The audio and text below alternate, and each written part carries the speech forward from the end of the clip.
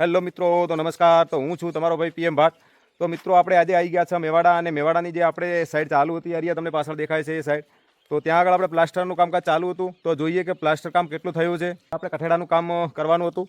તો તે કઠેડાનું કામ તો સમથિંગ ગયું છે. જે આગળ છે ઝરૂખાને ભાગે તો એ આવે છે આપણે સ્ટીલનો કઠેડો આવે છે. સાઈડનું ફ્રન્ટનું કંઈક એલિવેશન આ રીતનું છે. અને અંદરથી મિત્રો પ્લાસ્ટર બતાવવાનો છું કે પ્લાસ્ટર કેટલું થયું છે અને કઈ રીતનું આપણે પ્લાસ્ટર કામ અંદર જે કર્યું છે, રૂમના અંદર કઈ રીતે કર્યું છે, હોલના અંદર કઈ રીતે કર્યું છે, તો તે તમને બતાવીશ. અને આ જુઓ છે પાછળના ફ્રન્ટનો કઠેડો. તો તમને એલિવેશન કેવું છે તે કોમેન્ટ જરા જરૂરથી કરજો. અને જો આ રીતનું આપણે એલિવેશન આના અંદર રાખ્યું છે. તો મિત્રો હવે તમને અંદર જઈને બતાવીશ કે કઈ રીતનું આપણે પ્લાસ્ટર કામ કર્યું છે અને હવે કઈ રીતનું આપણે એના અંદર આપણે કરવાનું છે. પથ્થર ફિટિંગનું કામ ચાલુ કરવાનું છે, જે ગ્રેનાઇટ વાપરવાનો છે, ટાઇલ્સ વાપરવાની છે. તો કઈ રીતની ટાઇલ્સ આવશે આના અંદર અને કઈ રીતનું પ્લાસ્ટર થયું છે. તો મિત્રો આપણે અહીંયાથી એન્ટ્રી કરી તો આપણે આવી ગયો છે સ્ટોર રૂમ પહેલો જ. કારણ કે આપણે આ સાઈડના ફ્રન્ટથી જે આર્યો રસ્તો દેખાય તો સાઈડના ફ્રન્ટથી આર્યો દરવાજો આપણે મૂક્યો છે બહાર જવા માટે. જે મેઇન દરવાજો છે હોલના અંદરથી તો એ ઝરૂખા આગળ થઈ પેલી બાજુથી છે. તો આર્યો મિત્રો જુઓ પ્લાસ્ટર કમ્પ્લીટ આપણે થઈ ગયું છે. આપણે સ્ટોર રૂમ છે તો સ્ટોર રૂમનું અને સ્ટોર રૂમથી સીધું હોલમાં જવાય છે મિત્રો. તો આરે આપણે આવી ગયા હોલનો. તો હોલનું પણ પ્લાસ્ટર કમ્પ્લીટ થઈ ગયું છે આ રીતનું. કમેન્ટ જરૂરથી કરજો કે કામ કેવું થયું છે અને કઈ રીતનું લાગે છે અને ફિનિશિંગ કેવું છે. તો આ રીતનું આપણે કામકાજ છે હોલના અંદર. તો જો હોલ ટોટલી ફાઇનલ થઈ ગયો છે કમ્પ્લીટ. હોલના અંદર જરાક પણ બાકી નથી.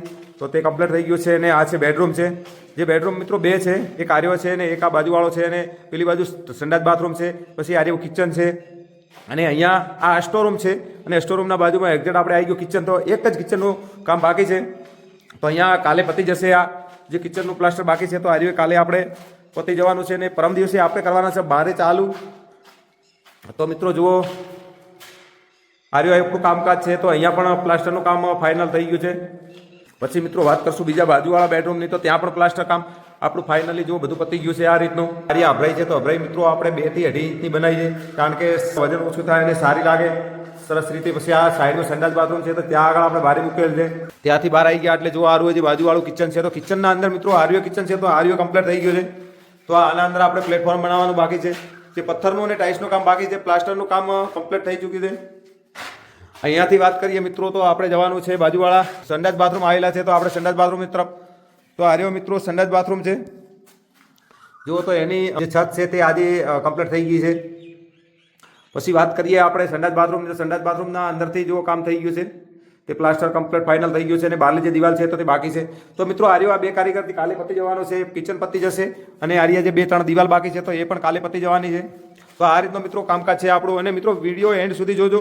અને અમારો બ્લોગ તમને સારો લાગે તો બ્લોગને શેર, સબસ્ક્રાઇબ અને બેલ આઇકન જરૂરથી કરજો. અને ફેસબુકમાં આપણો પેજ છે જય કોકા કન્સ્ટ્રક્શન, તો તેને ફોલો કરવાનું ના ભૂલતા. અને મિત્રો આર્યો એટલો પતી જાય એટલે પછી આપણે ચાલુ કરવાનું છે ઝરૂખાનું. જે ઝરૂખાનું બાકી છે તો ઝરૂખાનું પ્લાસ્ટર કરાવશું. ઝરૂખાનું પ્લાસ્ટર કરાવી અને પછી મિત્રો આપણે બહારની સાઈડ જે પ્લાસ્ટર કરવાનું છે. તો કઠેડો મિત્રો આપણે ફાઇનલી જો પતી ગયો છે. હા, તો કઠેડાની મિત્રો વાત કરીએ. તો કઠેડાની વાત કરીએ તો કઠેડો આપણે જો સીડી ઉપર જે આપણી સાઈડ છે આર્ય સાઈડ, તો આર્ય સાઈડ સીધો આવશે આપણે દિવાલનો જે કરવાનું છે પાર્ટેશનમાં. અને જે અંદરની સાઈડ છે તો તે સ્ટીલની ગ્રીલ આવશે. ત્યાંથી લઈ અને ઝરૂખા બાજુ થઈ અને ઠેઠ સીડી સુધી આવવાની છે આપણે ગ્રીલ. અને સીડીથી સીધી અહીંયા નીચે ઉતરશે ગ્રીલ. તો આ રીતનું છે. એક બાજુ પાર્ટેશન છે ને એક બાજુ સ્ટીલની ગ્રીલ છે. અને આજની કામની વાત કરીએ તો મિત્રો આજનું કામમાં આર્યો કઠેડો આપણે બનાવ્યો છે સાઈડવાળા ફ્રન્ટનો. જો આર્યો તાજુ અંતરથી. તો આ રીતનું આપણું કામકાજ છે મિત્રો.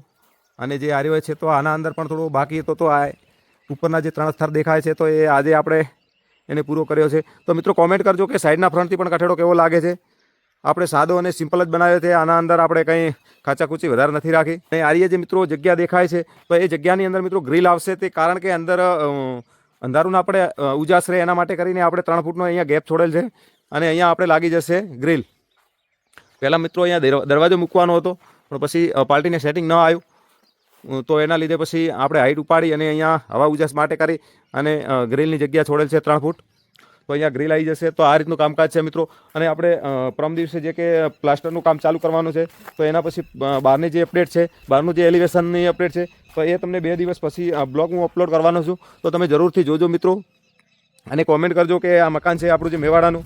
તો આના અંદર આપણે જાતે પોતે એલિવેશન વગેરે બધું જાતે જ આપણે રાખેલ છે. તો આ રહ્યો જે મિત્રો ભાગ દેખાય છે તો અહીંયા આપણે સ્ટીલની ગ્રીલ આવશે અને જે 3 ઇંચની કોણી અને 3 થર મારવાના છીએ અને એના પછી સ્ટીલની ગ્રીલ ઉપર આવશે. તો મિત્રો કોમેન્ટ કરજો કે કેવું લાગશે, કારણ કે આનું જે ટોટલ એલિવેશન છે તો તે આપણે જાતે પોતે બનાવેલું છે. કઠેડાનું છે, પછી અંદરનું જે એલિવેશન વગેરે છે તો તે ટોટલી બારીનું બીજું બધું આપણે પોતે જ બનાવેલ છે.